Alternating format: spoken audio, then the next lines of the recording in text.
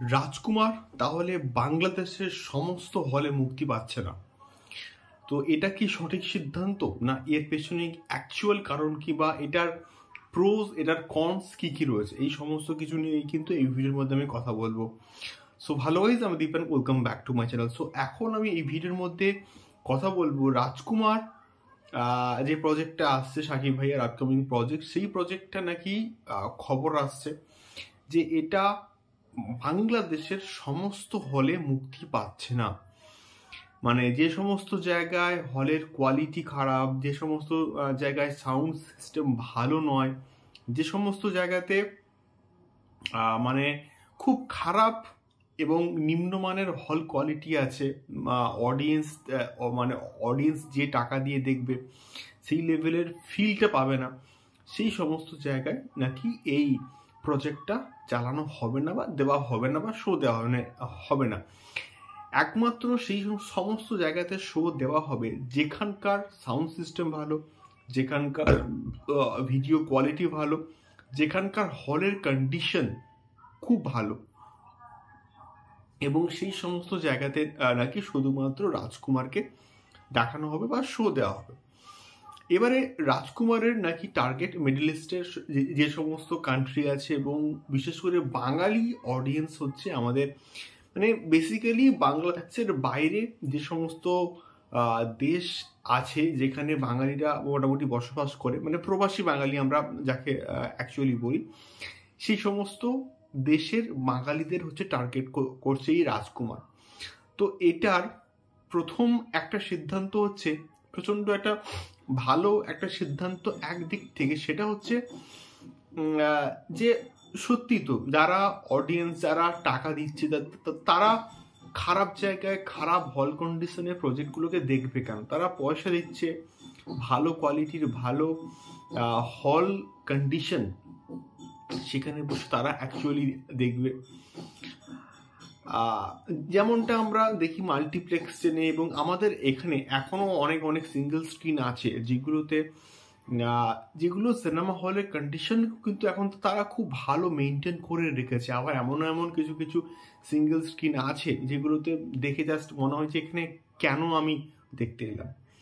তো সেই সমস্ত হলে সিনেমা দেখাচ্ছে একটু বেশি পয়সা দিয়ে, ভালো জায়গায় ভালো মানের মানে ভালো এনভায়রনমেন্টে আমরা যদি সেই প্রজেক্টটাকে দেখি, তাহলে কিন্তু আমরা হয়তো পয়সা একটু বেশি দিচ্ছি, তারা মানে কিন্তু আমরা ভালো আউটপুট এবং ভালো প্রোডাক্টটা কিন্তু পাবো অ্যাটলিস্ট, এটাই আমার মেনলি বলার। আবার এর একটা কনস আছে, যেহেতু শাকিব ভাইয়ার একটা হিউজ লেভেলের ফ্যান ফলোয়িং আছে এবং সবার অর্থনৈতিক অবস্থা অতটাও ভালো নয়, এবং প্রত্যেকে হয়তো এটা চাইবে যে একটু কম টাকাতে আমরা যদি যে মানে basically on the single screen যদি শাকিব ভাইয়ের প্রজেক্টগুলোকে দেখতে পাই, তাহলে আমাদের কম টাকাতেও কিন্তু আমরা শাকিব ভাইকে অ্যাটলিস্ট দেখতে পাবো। এটা একটা কিন্তু নেগেটিভ দিক আছে।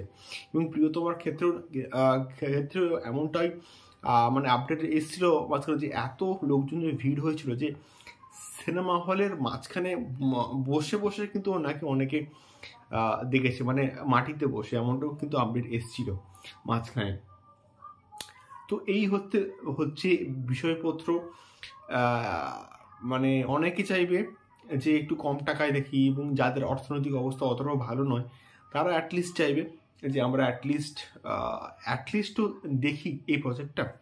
আবার অনেকে কিন্তু এটাও চাইবে যে না, পয়সা দিচ্ছি, একটা ভালো জায়গাতে দেখবো, ভালো এনভায়রনমেন্টে দেখবো, ভালো সাউন্ড ডিজাইন যেখানে আছে সেখানে দেখবো।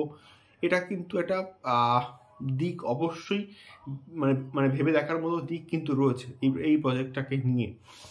সো বেসিক্যালি আমি যেটা চাইবো, এবং আমি অলরেডি মোটামুটি প্রেফারেন্স দিই, যে একটু ভালো জায়গাতে গিয়ে ভালো পরিষ্কার পরিচ্ছন্ন হলে দেখার, যে কোনো সিনেমায় হোক না কেন, আমার একটুখানি পরিষ্কার পরিচ্ছন্ন কিন্তু লাগেই, না হলে আমি কিন্তু বস দেখি না বা যাই না। এবং রিসেন্টলি সেটা নন্দন হোক, রিসেন্টলি রাধা স্টুডিও হোক, বেসিক্যালি আমি ওইগুলোকে বেশি প্রেফারেন্স দিই। মানে কম টাকায় মোটামুটি পরিষ্কার পরিচ্ছন্ন হল মোটামুটি পাওয়া যায়, বাট সেই রকমের হল, সেই রকমের এনভায়রনমেন্ট কিন্তু অনেক অনেক সিঙ্গেল স্ক্রিন আমি দেখেছি যেগুলো কিন্তু প্রচণ্ড অপরিষ্কার এবং অপরিচ্ছন্ন।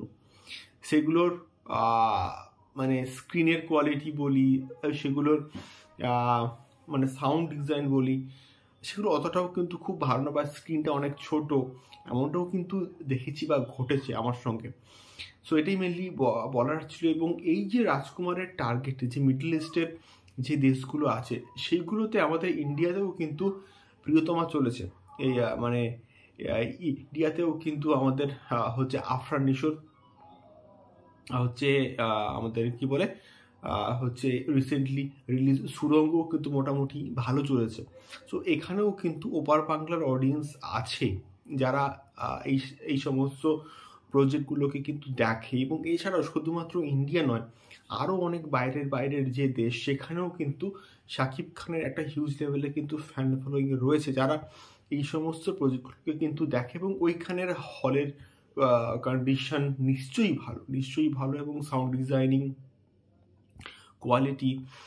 প্রিয়তমার ক্ষেত্রে আমরা কিন্তু দেখেছি যে ইমেল আশরাফ ভাইয়া কিন্তু পোস্ট করেছিলেন যে কোথায় কোথায় মানে হলে চলছে, এবং সেখানকার হল কন্ডিশন, সেখানকার এনভায়রনমেন্ট অবশ্যই ভালো। এবং সেখানে অডিয়েন্স মানে মানুষ আসবে, দেখবে, এনজয় করবে, এটাই জাস্ট অ্যানাফ। সো এটা একদিক থেকে ভালো একটা দিক। এবং আমি যে একটাই মাত্র আমার খারাপ দিক লাগলো এইটা, যে যাদের অর্থনৈতিক অবস্থা খুব একটা ভালো নয়, এবং অনেক সাকিবিয়ান্স আছে যাদের অর্থনৈতিক অবস্থা হয়তো খুব একটা ভালো নয়, তারা এত পয়সা দিয়ে মাল্টিপ্লেক্সে হয়তো দেখতে পারে না বা পারবে না। তাদের ক্ষেত্রে কিন্তু এটা একটু প্রবলেম হলেও হতে পারে। বাট যারা ট্রু সাকিবিয়ান্স আছে তারা কিন্তু অবশ্যই মাল্টিপ্লেক্স এনে ভালো জায়গাতে এসে কিন্তু এই প্রজেক্টটা অবশ্যই দেখবে। সো রাজকুমারের শুটিং আই থিঙ্ক পুরোপুরি শেষ হয়েছে। যে রোমান্টিক গানটা ছিল ওই গানটারও আশা করছি শুটিং মোটামুটি শেষ হয়েছে, এবং রাজকুমারের টিম পুরোপুরি কিন্তু তখন ঢাকায় এবং আমাদের বাংলাদেশে কিন্তু কামব্যাক করবে, ফিরে আসবে। এবং তারপরেই মোটামুটি ফেব্রুয়ারি এন্ড থেকে এটার যে আমরা যাকে বলি যে প্রমোশন, সেটা কিন্তু মোটামুটি স্টার্ট হবে, এবং পোস্ট প্রোডাকশনের কাজও কিন্তু এটা স্টার্ট হয়ে যাওয়ার কথা। তো এটা ঈদে মুক্তি পাচ্ছে, দেখা যাক এটার যে প্রমোশনাল যে মেটেরিয়ালস আমরা যাকে বলি তার রেসপন্স কেমন পায়। আশা করছি প্রচণ্ড ভালো হবে, এবং রাজকুমারের প্রত্যেকটা গান ভালো হবে, এবং প্রিয়তমা গানগুলো যা রেসপন্স পেয়েছিল সেই লেভেলের কিন্তু রেসপন্স পাবে আমরা এটা মনে করছি। দেখা যাক তোমাদের এই সম্পূর্ণ বিষয়টাকে নিয়ে কি ফিডব্যাক, সেটা কিন্তু আমাদেরকে অবশ্যই কমেন্ট করে কিন্তু শেয়ার করতে পারো। সো এখনকার ভিডিওটি এই অবধি, দেখা হচ্ছে পরবর্তী ভিডিওতে আর অনেক সাকিব খান, দরদ, তুফান সংক্রান্ত এক্সক্লুসিভ আপডেটস নিয়ে। টাটা।